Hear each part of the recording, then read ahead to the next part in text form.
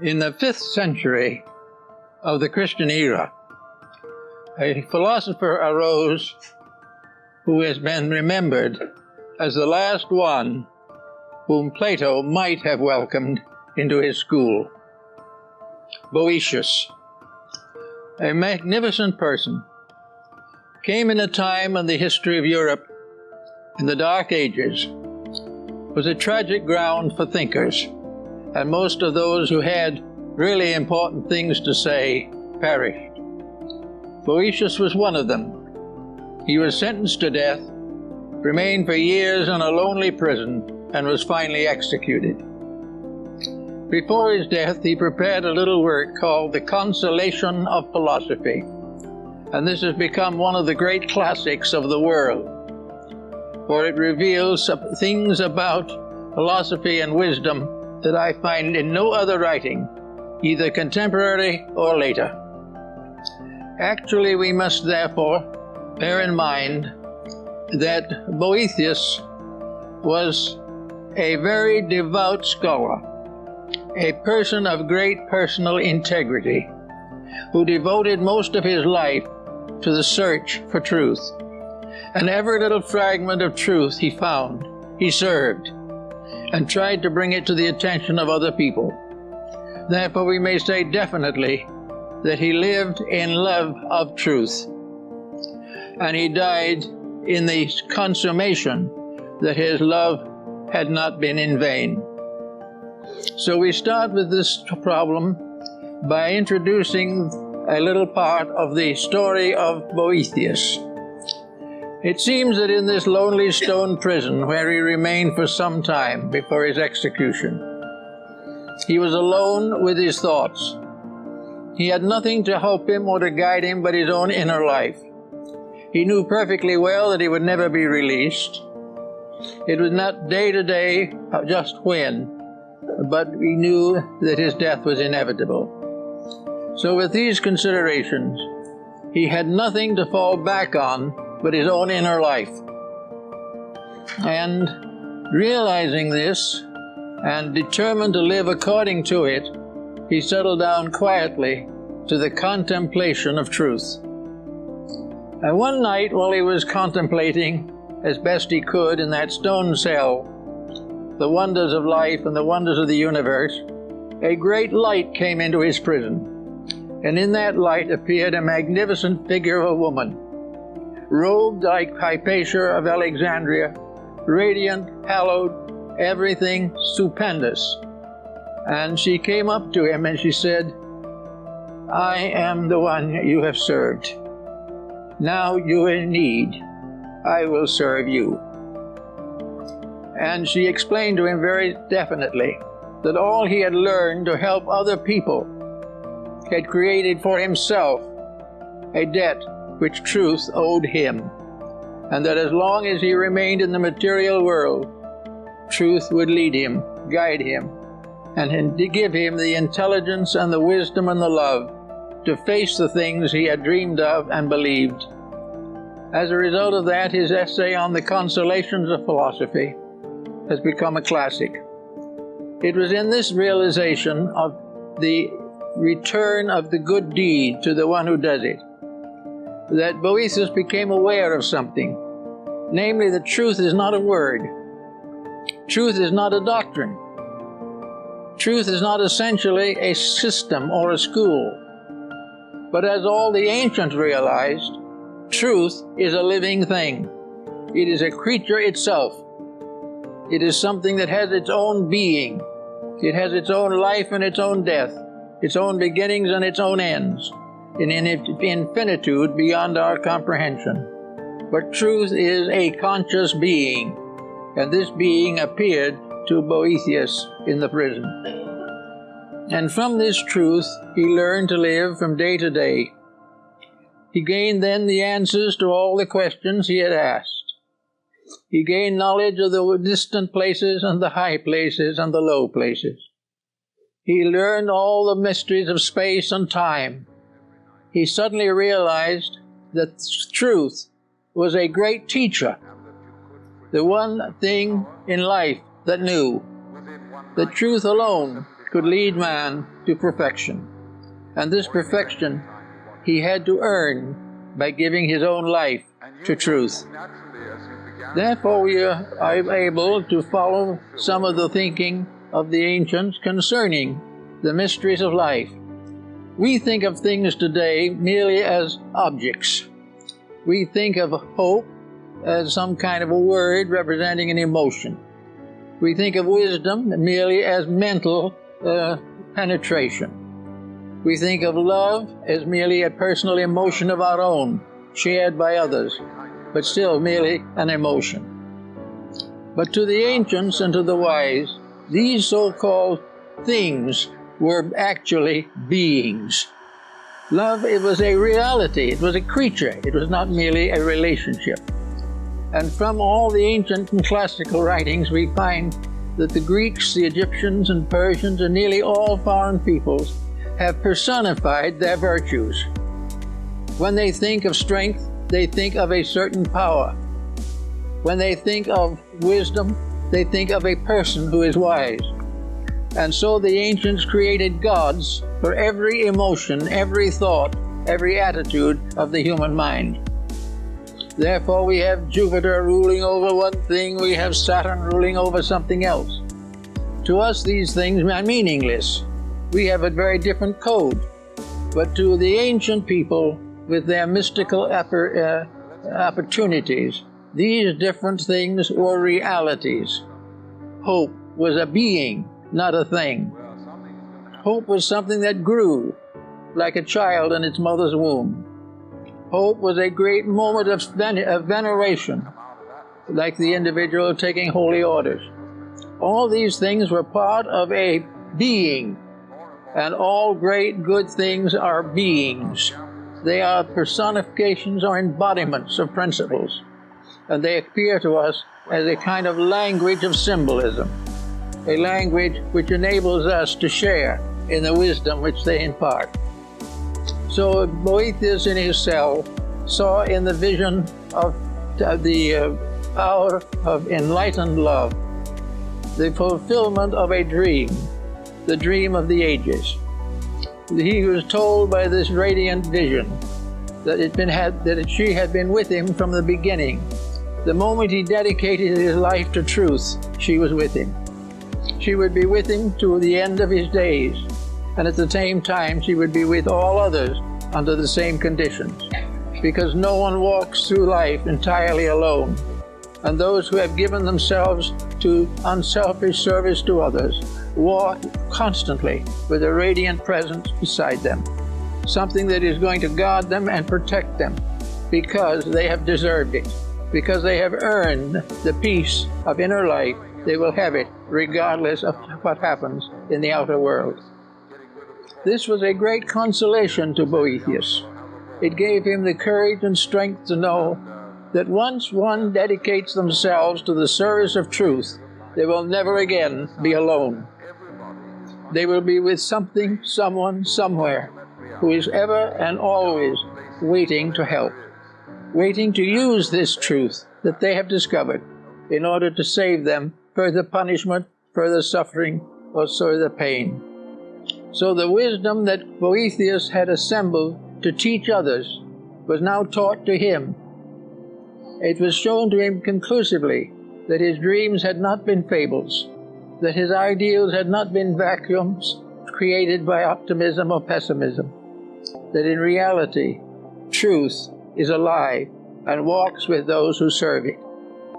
Regardless of how we view the matter, it is a beautiful thought, a very kindly thought, and a thought that gave consolation to this lonely prisoner, doomed to die because he had tried to help.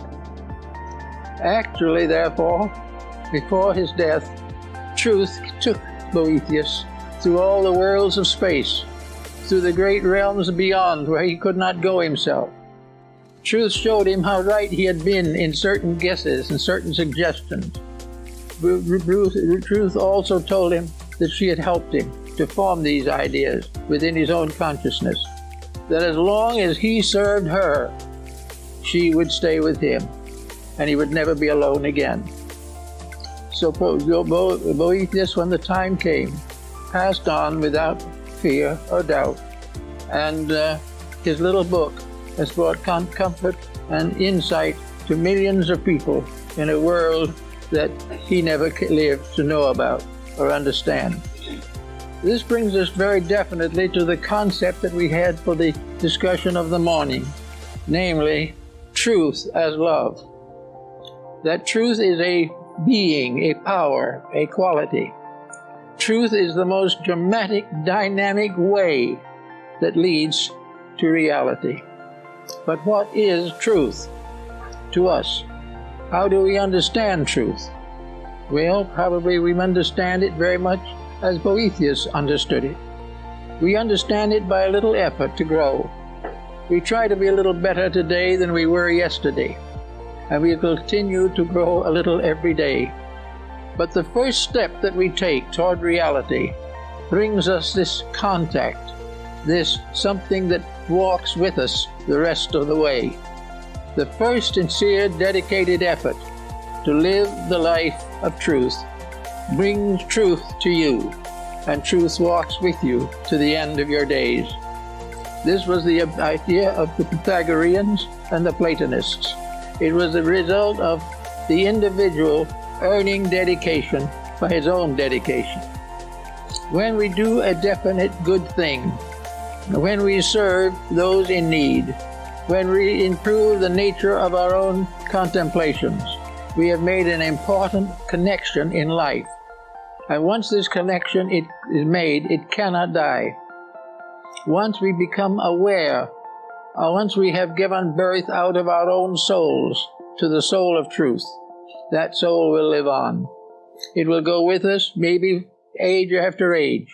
We may backslide and forget and lose and transgress, but once we have made a sincere effort to try, we have taken the first step to eternity. We have taken the first move in the direction of everlasting peace. And therefore it was quite proper for these ancients to think of love as the faithful friend, something that could carry on beyond all of the powers of the mind. The mind can be deceived, the body can be punished, but the truth in the soul goes on. Nothing can stop it once it has started. And the first good deed dedicated unselfishly is the beginning of the long road that leads to regeneration. Buddha brings us the same point when he says that the journey to truth begins with a single step. The single step in the Greek system was the first absolutely unselfish, dedicated effort to serve. The one moment in life when we strip ourselves, when we are bigger than ourselves, and place a common good above our personal advantage. As long as we are selfish, truth remains alone for us and weeps. The moment we are selfish in our thinking, or in our actions, or in our codes of life, we cut ourselves off from the eternal love which is saved for us in the wonders and mysteries of the mystic life. So it's after a certain period, we do make this effort. It becomes, as Buddha pointed out, after the first step, the second step is a little easier. But of course, all through the first steps and the second and the third, there is the pressure of outside forces. We are constantly under tension and stress and temptation. But as the moment we begin the journey, there is something there standing with us. When the good deed stands alone, as far as we can tell, it is standing actually in the presence of the principle of good in space. There is only one principle of good. It's not a principle of this being right or that being wrong. It is a simple, actual adjustment within ourselves. It requires no intellectualism. It requires no vast store of knowledge or insights. But these may contribute to it. But it is a step from the selfish to the unselfish, from the dark into the light. And once the individual makes this dedication, he is pressed gradually forward one step at a time, to the fullness that he seeks to possess in the fullness of his own maturity.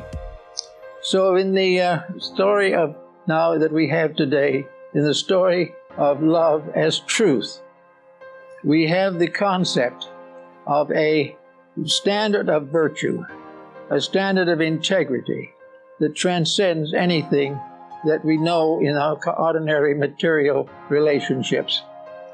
I think probably the Greeks were very close to the fact when they began to personalize all of the principles and ideal forces of life. The Greeks did not see the earth as a body alone. The Greeks saw the earth as a soul, as a living thing. They did not see the sky as merely a great mass of stars. They saw it as a great mother brooding over the world. The stars in themselves were not just sparks of light or some kind of chemical explosions in space.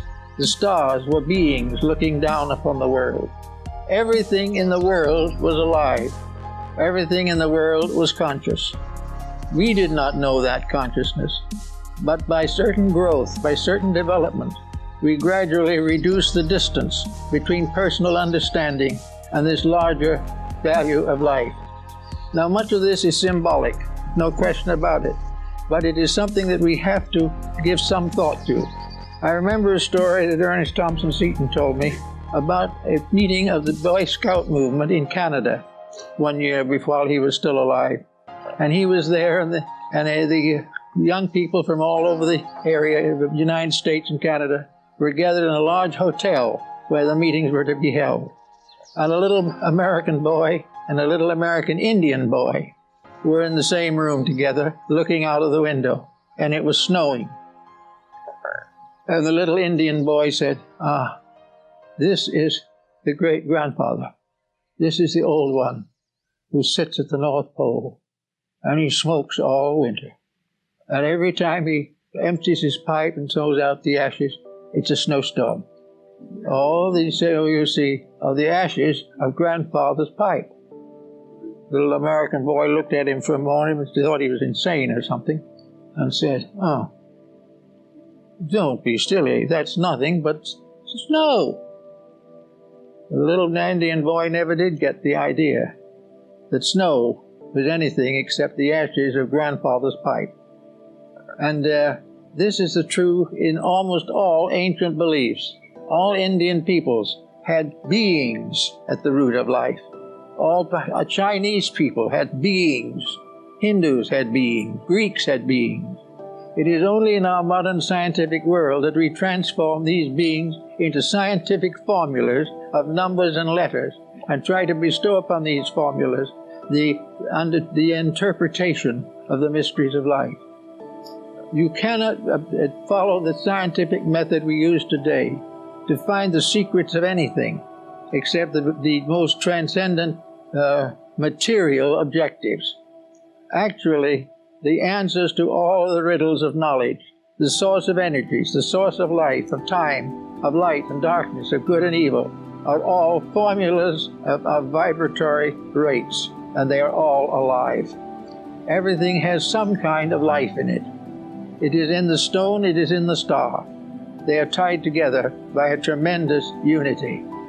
So Boetius went out with the vision of the wonderful Lady of Light to gaze at and contemplate the space around him. He saw it filled with life, not with dead atmosphere, not with just earth and air, but filled with living things, beautiful things, wonderful things, that surrounding man and all of his knowledge and thoughts and his ignorance also is a world of living things that he can't even see, a world he doesn't even believe in, but a world which affects him every day. A world which moves in upon his moods, upon his attitudes. A world that punishes him when he is selfish. A world that praises him when he is right. And he will recognize that in a mysterious way, there are forces in that world which will guide him to his proper destiny if he will keep the rules. Each individual must live the life if he would know the doctrine. And when he does so, he realizes that the life that he is going to contact is not simply energy. It is not just a thought floating around. It isn't even a mentation in the mind of God. When he keeps the rules, space is with him, time is with him, eternity is with him. Little by little, the purpose for himself is fulfilled, and the time will come when he likewise will be a unit of conscious energy in the great fields of universal life.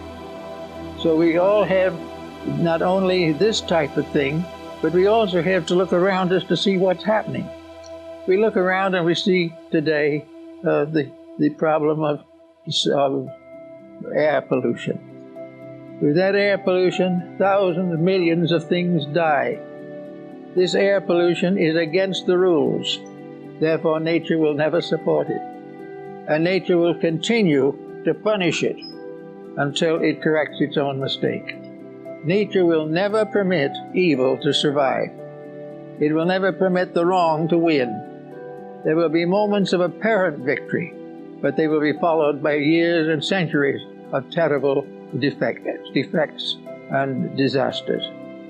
Everything that we have around us lives in a sea of truth, lives in a vast organism that is based upon infinite wisdom and infinite love. These are the ruling powers. The universe is not neutral. It is not simply space. It is not things moving, floating around in a vacuum. It is not formulas that can be put into letters and numbers on a scientific blackboard. Space is alive. Everything that exists is alive. And while we are growing on one level, somewhere else another thing is growing. While we are adding to the wisdom of our own mind, something else is enriching every cell in our bodies.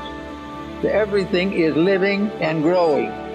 And when the individual interferes with growth, he commits probably the most terrible of all sins. When he tries to block growth, or becomes indifferent to it, or denies it, in that moment, he places himself in the position of being punished. Now, punishment is not going to be eternal damnation. Punishment is not going to be something which is irreparable. But patience and virtue must take the place before punishment is completed. Punishment is merely an effect, the cause of which is wrong. As long as that effect is wrong, the consequences must be wrong. And what are the basic rules of this mysterious being, this infinite good one, whom we all worship under one form or another, or most people recognize under the general term of God? What is the law of this being? The law of this being is love. The law of this being is that in all matters, an infinite tenderness guides erring life back to its source and forward to its perfection. These things the ancients recognized. We don't recognize them very much anymore. But when something goes wrong and a great disaster occurs, there's a reason. A disaster is never something that is an accident. And no disaster is such that it is irreparable damage. There is nothing in life that is real that can be destroyed. The lowest, most imperfect of all entities must have its growth, must have its place, and must have its chance to win. And it is the rule of nature under God that all things shall win. There is no loss. There can never be. There is only delay. There is only a moment of pause in what might otherwise be a great and glorious mission. So Boethius went forward and went out and paid to the state the debt which it had created. But he no longer feared the state. He no longer feared the world, for he knew that the world itself was good. And these little tyrants who arise live for a day and disappear. And in the great passage of things, each of us, in our own way, must discover our own eternity.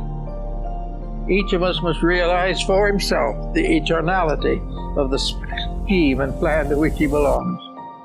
We must begin to realize that we were not born when we come here. We do not die when we go. Everything in life goes on in life. There is no dead spot anywhere in space. Everything is filled with life, growing, unfolding. And as we look out upon it, we can see as on a meadow the vast flowering and the vast fruiting of a great vegetation. And over it rules Flora, the goddess of the harvest, the goddess of the flowers, the goddess of the herbs. She represents the very principle of the values and powers which the plant kingdom embody. In other words, the plant kingdom is a being growing up. It is not a place, it is not a series of wild seeds that we know nothing about, or the plants that die and never come back. The plant kingdom is an entity, a living thing. It has its comings and its goings, but its eternity is never questioned. It will go on, and if it is abused and perverted and corrupted, it will remain to correct these conditions until they are corrected. And anything which consciously and intentionally destroys these growths or tries to frustrate them will find that his own ignorance becomes a terror to him. The individual who tries to kill something is an individual who will then become frightened that he himself will die. And he was wrong when he thought he killed. He was wrong when he thinks he will die. All things are part of a plan so much bigger than we are that we can't even contemplate them. That this greater reality is, in a sense, our only security. It is the one thing that cannot fail. Politics may rise and fall. They are also entities. And we find that someone talks about the dangers of the capitalistic system. The capitalistic system is an entity. The Greeks and Romans knew it under the name of Pluto, the god of wealth. And the god of wealth is also a divine being. And the god of wealth has to grow and outgrow its own possession of wealth by outgrowing it through all the creatures that it has fashioned. Therefore, wherever wealth is, it must be outgrowing itself. It must be changing into something better. Because it is alive, it has a continuity of consciousness, and it can never rest until wealth ceases to be a danger to any living thing. Everything is growing towards its own perfection and its own immortality.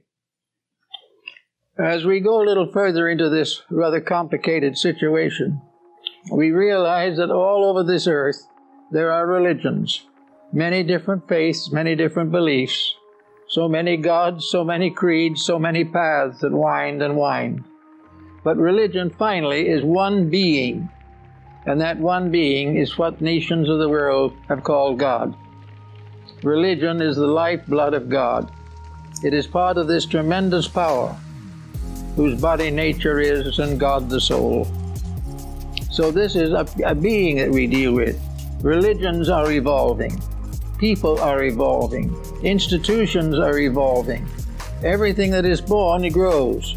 And when its maximum growth has been achieved, it slowly disappears to give rise to a new embodiment of itself in something higher and better. We are desperately concerned today about the future of our world, and from a standpoint of our physical existence, we are well justified. But let us also remember that, as the Greeks realized, our world is alive. Our world is a great being crawling through space, passing through the solstices and the equinoxes, and passing through the arches and ways of heaven. Our earth is alive. This again we have forgotten. Therefore, when we exploit it as we do, we forget the troubles that we cause for ourselves. Our earth is a very benevolent mother, and as a Mother Earth, it is worshipped and recognized by most of the faiths and religions of mankind. This earth is a wonderful and gentle thing. But when we begin to exploit this, we recognize that we are doing an evil. We are trying desperately to corrupt something that cannot ultimately be corrupted. This is the kindly mother becomes the stern parent. When we abuse the powers which are given to us, these powers must punish us. Because in the final end, if you do not punish when it is necessary, the ultimate victory cannot be attained. So we have an earth now that is worthy of our consideration, not simply because it is a heap of dirt, not because it is filled with earth or covered with plant life. An earth that is alive as a being, an earth which is worthy of our love, worthy of our tender support, and constantly needing our agreement with its own laws. Unless we keep the rules of earth, earth cannot keep our rules. If we do not give opportunity to all the different forms of life that exist here, these forms of life become shadows and become negative factors at endangering our survival. Yet there in nature there is not one single force that is angry. Nature has never known anger. That is something that the human being has developed. As a kind and loving mother, we would chastise the child, but never to destroy it, only to help it to attain to its own maturity. So when something is wayward, we set up problems to bring it back again into patterns. And to do that, the world was given all forms of educational help. We were given the wonders of nature, and the final textbook, which, as Lord Bacon pointed, is written in the stars and in the elements and in the earth. Paracelsus also tells us that there are three great books from which man can learn the mysteries of life. The first is the book of God, the second is the book of nature, and the third is the book of the human soul. All these things are the source of instruction, but we have to accept it. Now, if we do not accept it, it doesn't mean that a great tyrant is going to come and attack and destroy us. We are not going to be downed by evil. We are going to be corrected as the only way of restoring good. There is no loss. There is no problem of things being destroyed. There is only the problem of the individual being tested according to the degree of enlightenment which he has attained. Nature does not expect imperfect creatures to become perfect in a night. He does not expect all the mistaken laws and rules of existence to be corrected in a single day. But nature demands that individuals every day keep the best rules that they know, that they live according to the convictions that are the best for them and which they have gained over experience and time. In the course of living, every individual has experiences. These experiences either can be developed into a new level of personal development, or they can be resented and can be discarded as evil simply because they fail to gratify us. But there is in nature no evil force. There is in nature no forgetting of good.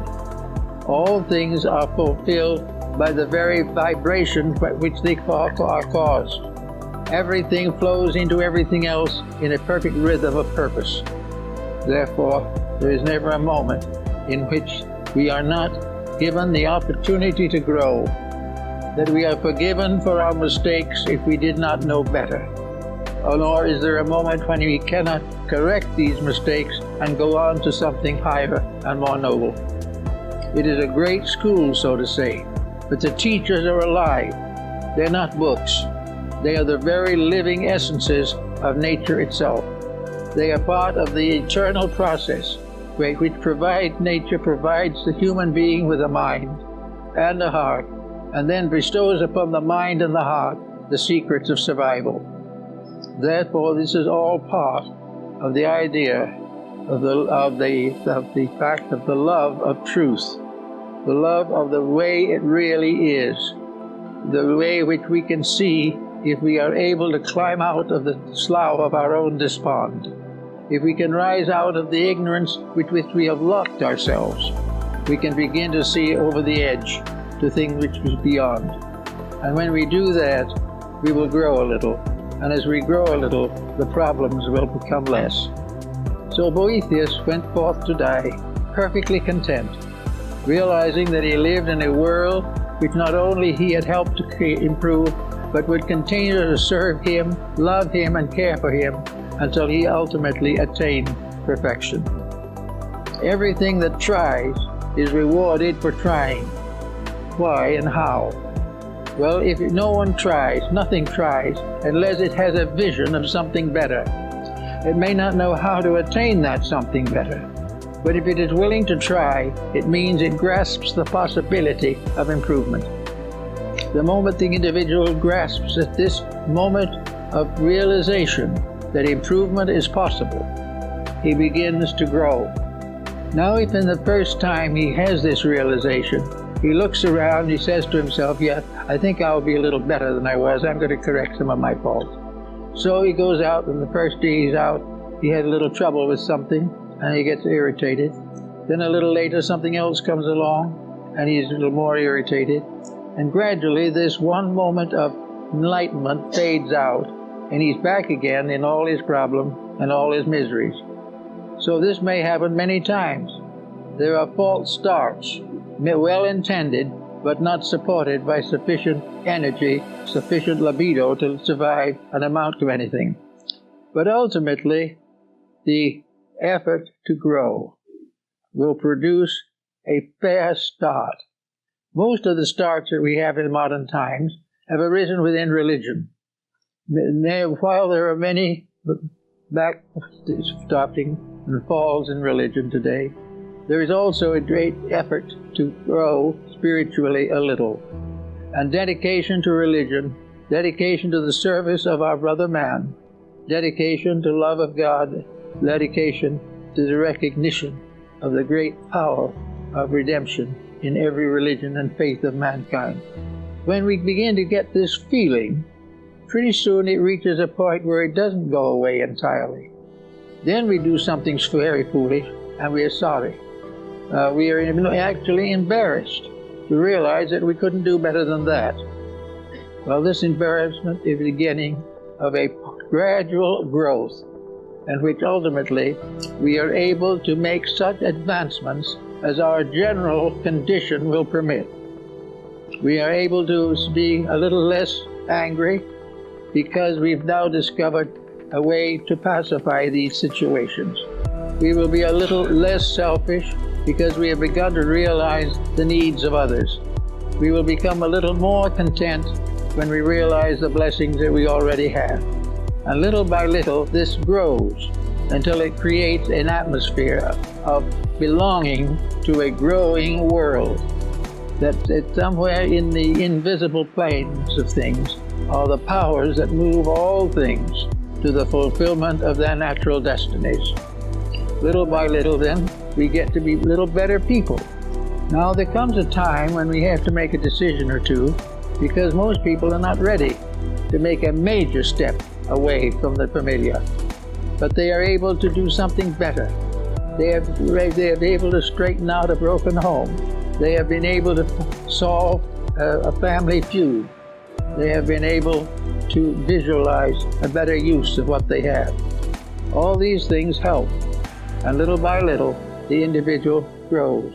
And the moment he has made a few growths like this, when he has been able to forgive an enemy honestly and completely, when he has been able to prevent an extravagance which he knows he should not have, when he is able to live in his own life without neglecting his children, all these things come little by little until he gradually tries to put his own life in order. The moment he makes this effort, the moment he tries to put his own life into a better social, economic, psychological condition, in that moment, truth comes to live with him. The radiant being takes up its abode in him and will be with him from then on until he makes the ultimate adjustment. It will take him through tragedy without breaking his spirit. He will go through hardships but will not recognize them as evil. He will do all kinds of things because within himself there is a great dawning coming. There is a moment of realization of something better, something nobler, and he sees that the things he has objected to and the things he has rejected, these things were false to begin with, but he didn't realize it. For when the time comes, he will discover that this truth principle within himself becomes the final censorship. Now, this censorship will never be excessive. It will never demand more of any individual than he is capable of giving. It does not expect perfection in this great universe in which perfection is beyond the guests and beyond the thoughts of stars. But it does mean that little by little he will begin to organize his own material pattern. Now, it's not only this is going to result in the beginning of genuine worship, in which religion becomes a significant fact, but it will be a very quiet, moderate religion, with no pressures, no compromises, no criticisms, no conflicts. It will be a gentle faith, recognizing that the more of the internal comes out, the better the external will be. Now, in a moment like this, we'll come across another entity worth mentioning. There is another wonderful being that we all have intimate contact with, and which most people do not understand, recognize, or serve adequately. This other wonderful being is our own body. We have a body over which we rule as Lord and Master. And it can be that this body becomes a slave. It is not given proper attention, it is misused, it is victimized, it is allowed to suffer merely to the gratification of the mind that dwells within it. Now, truth will never permit the misuse of energy. Therefore, this body, which is our house for a time, has laws and rules that must be kept. And furthermore, it is alive. We know the body is alive. Every cell in it is alive. Every part of it is alive. And yet very few people have ever tried to realize how the human body accumulates around a degree of unfoldment which we call the personality. Anyway, this body is our own particular living sheath, our completely personal organism. It is the first empire over which we can have dominion. It is the first nation we can govern. It is the first form of leadership that we are able to bestow beyond the leadership of our own minds. And the law would be very simple, that we have no right to try to lead or conquer others until we have conquered the flesh. We must accomplish in ourselves the leadership that we expect to bestow upon others. If we want to see a better world, we must begin with the self. And in very many cases, the beginning of a better world is a healthy body. The individual must go out of all these different things, fulfilling the law, meeting the responsibilities, beginning and ending according to a power and wisdom greater than our own, but in all things in patience and acceptance. Keep the rules and learn the lessons of the day.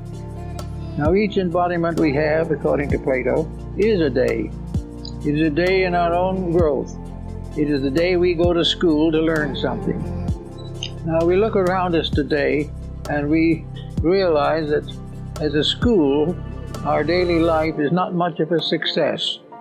We do not have a discipline to take care of us through these years of growth by which we must finally reach our own adult physical years.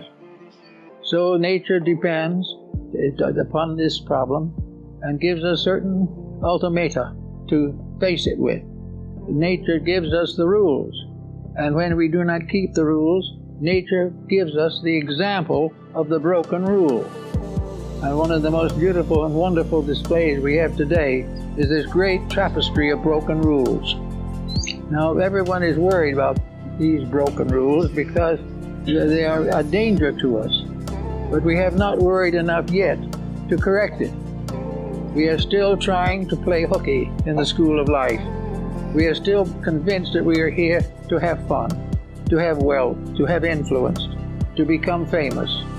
And as long as we do that, the great genius of truth will not be with us. When any ambition is false, it is not sanctified and it is not fulfilled by the laws of life. Whenever we have an ambition that is contrary to good, that ambition will ultimately destroy us.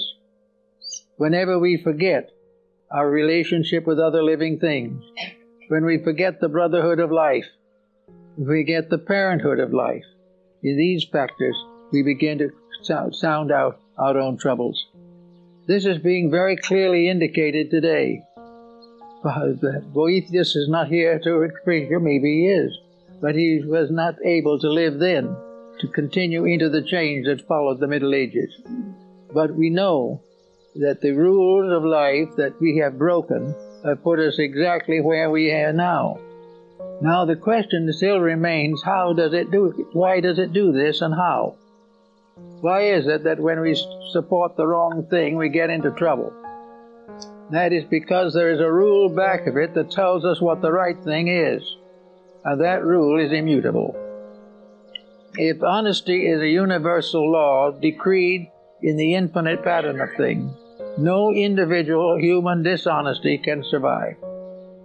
Now, when I say survive, it doesn't mean the individual or personality will perish, but it means that the goal or the attitude will have to change. There is no possible way in which evil can achieve rulership over the world. The battle for the struggle for this control goes more violent every day. The greater the ambitions of the individual, the more terrible his mistakes will be. The more desperately he tries to escape the consequences of his own conduct, the more desperately those consequences will close in around him. He cannot escape them, because there is something in life that says he can't escape. And the symbol of that something in ancient times was the great mother of mysteries, the great mother of the world. For all physical creatures are under one motherhood, the motherhood of the mysteries, the motherhood of the Virgin of the world, the motherhood of the mother who remains a virgin forever and bears children unto the eternity of things. All these wonders and mysteries are very simple, but the great mother of the earth, the great mother of the mysteries, is nature itself, not as a blind force run by physical means and few chemical symbols to tell what it is, but a living, vital force that dreams, thinks, hopes, prays, does everything necessary to bring home the wayward children. That something which knows that the problem must be solved, that there can never be allowed for evil to survive, that never can ignorance prevail, never can violence destroy peace. And in the process of doing this, nature finds, the individual, unfortunately, lacks the internal resources to make the proper decisions. He cannot say to himself, I have told a lie, and therefore I must correct it. The individual tells the lie, thinks he gets away with it, and then a consequence sets in that hurts him. And this consequence that sets in is the only way that he can learn not to lie. He cannot be expected at this time to come to the moral solution all by himself. If he does come to that solution, it is because he is already on the road that leads to light. He is on the way to something better. But for most persons, responsibilities must be evaded. They must be avoided in every way possible, because they interfere with the smooth passing of a useless life. But that is the problem. There can be no smooth passing of ignorance. There can never be a success built upon stupidity. There can never be a peace built upon violence. There can never be a wisdom based upon a principle of ignorance. All these things have to be worked out in their own nature. And therefore we are all concerned every day with the world around us. But the great Mother of Mysteries is with us. She is brooding over us now, just as she always has. She is the one that is constantly waiting to bring the wayward children back again to the rules. And she will never stop until they come back. No one will ever be permitted to be a truant. Actually, the truant will hate punishment. The dope addict will hate to be prevented from gaining his justification or his pleasure from the narcotics. He will try everything he can and will hate the laws that prevent him. from doing what he pleases. But above the laws that will make us do what we please, there is a great law that tells us we must do that which is right.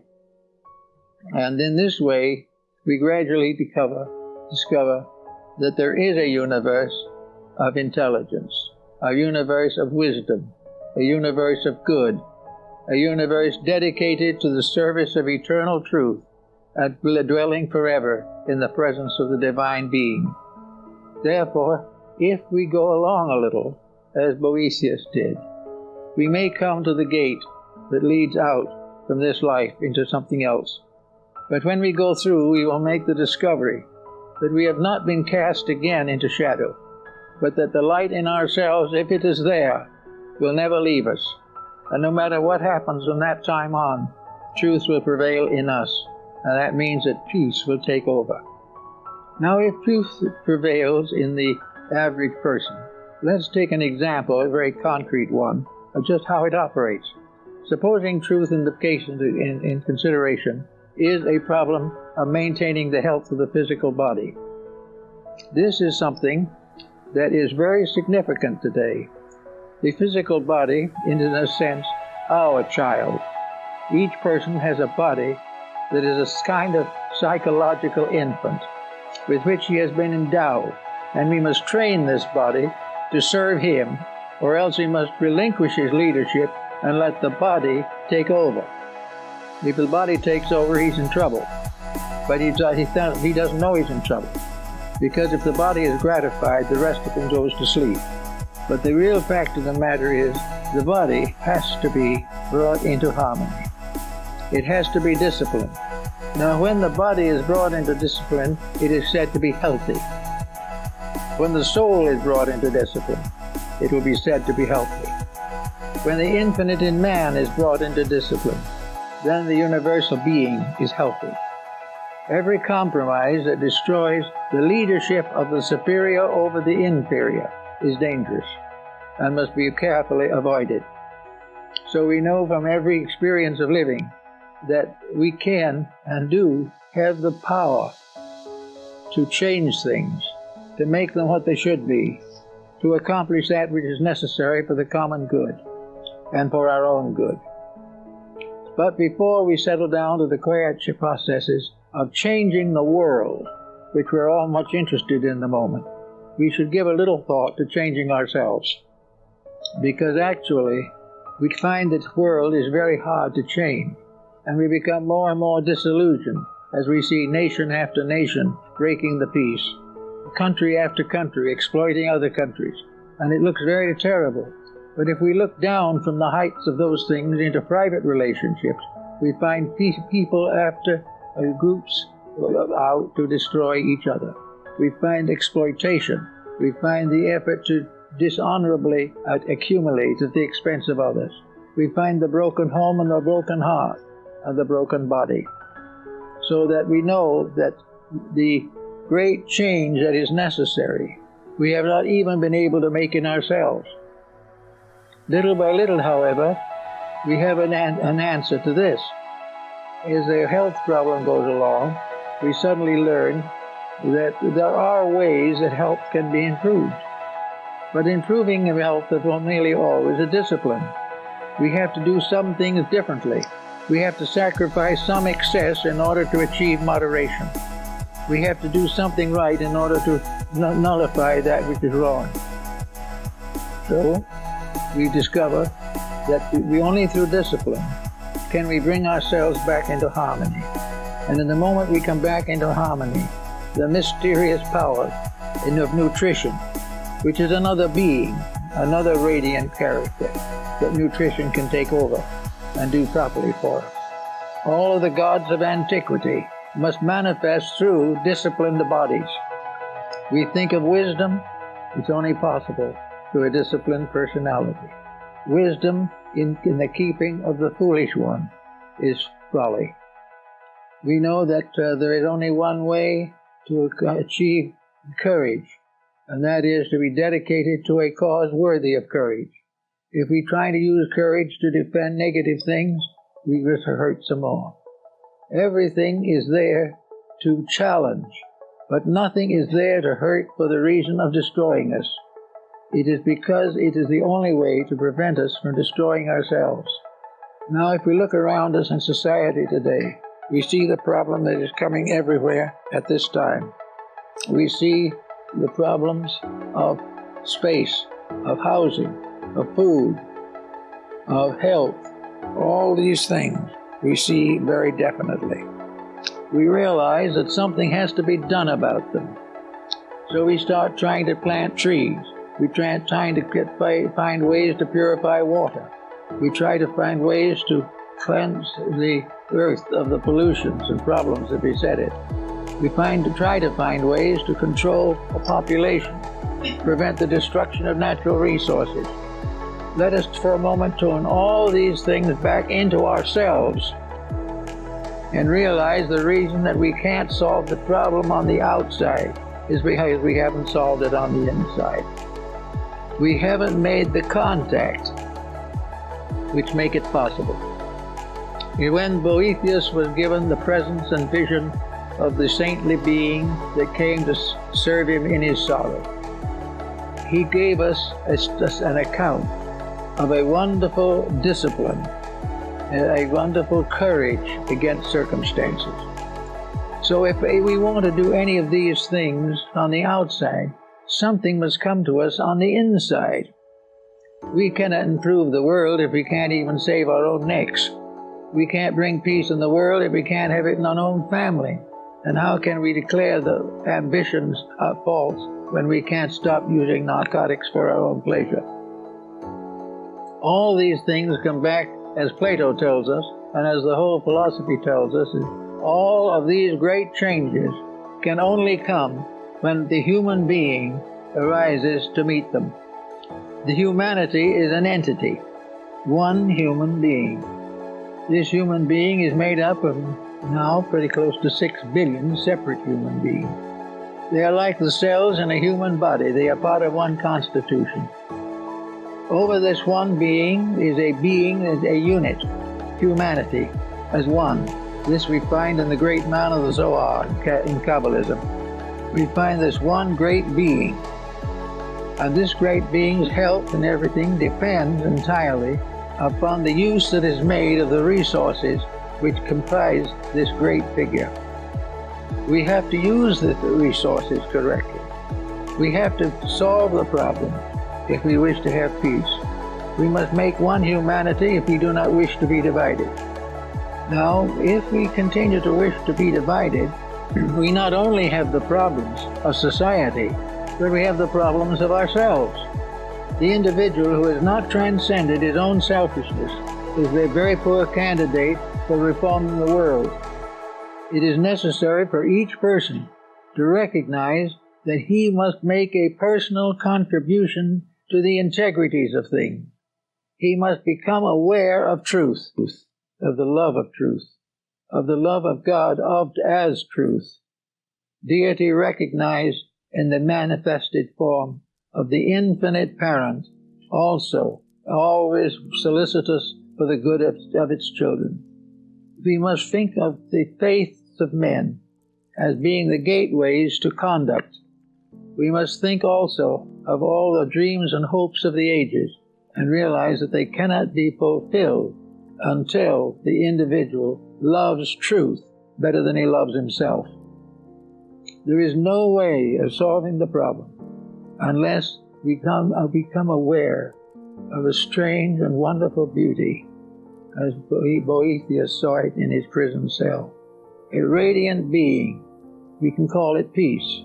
We can call it wisdom. We can call it love. You can call it whatever we want to call it. But it is a radiant power that blesses dedication, that rewards definite effort to perfect and to fulfill.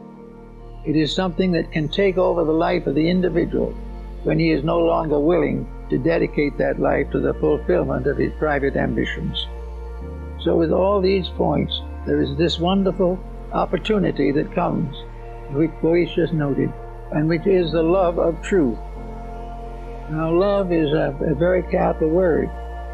Love to the average individual is a very physical word. Life in love to the theologian is an emotional experience. Life in love to the philosopher is an intellectual experience. But beyond this is the simple, direct fact of the love of truth. A love which does not require rationalization, does not require scientific proof, does not require anything but the evident fact that if we love peace, we will serve it. And if we serve peace, we will have peace. That if we serve and love truth, we will dedicate ourselves to truth. We will correct the curriculums of our schools. We will add knowledge to the courses necessary to instruct the young. And we will put ideals and principles ahead of profit and private enterprise. These things are the transformation of the love of truth as we know it today to the love of truth as it must be, a dedication to the fulfillment of the works of truth. Now, these works of truth are not simply strange things floating around in space somewhere, because truth, as Boetius found out, is a kind of being. It is something that lives but never dies. It is born but never ceases. In other words, it is almost actually another name for the human soul. But whatever we call it, it is the victory, the inevitable victory of good over evil. It is the complete victory of faith over fear. It is the complete victory of virtue over vice. And it is achieved because it is potentially possible to the individual. And each human being is born with the potential of the perfection of truth within himself. There is nothing that can prevent the individual from attaining truth except his own reluctance to improve his ways. Now, it's possible for him to realize that some of the truths that he must ultimately know are now beyond him. He's not going to be able to be perfect at the moment. He is not going to be able to be perfect as his Father in heaven is perfect. But he is going to be able to move forward step by step in a dedicated search for reality. The moment he starts these steps, the moment he begins to make an effort to direct and vitalize his own integrity, the journey towards the reality begins. And in that moment, the light shining being of truth takes his hand and will lead him to eternity. And nothing can interrupt it. Nothing can prevent it. Nothing can have victory over the inevitable victory of reality over illusion. We have lived for a long time in illusion, and some of this illusion we call learned knowledge. We think of science as very wise.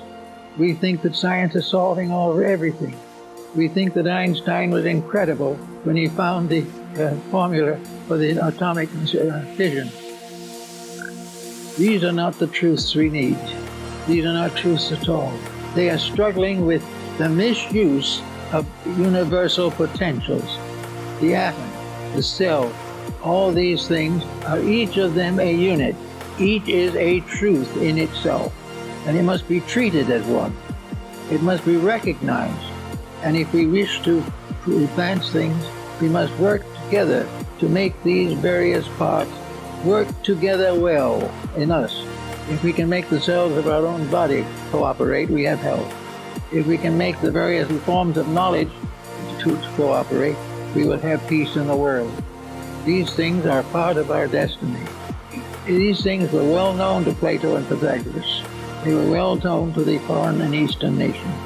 And everyone has realized that it is impossible to solve our present problem unless the individual himself moves from a theoretical standpoint and ceases simply about talking about how things should be done to the dynamic experience of personal growth. And this personal growth, he can start where he is. He doesn't have to worry about him.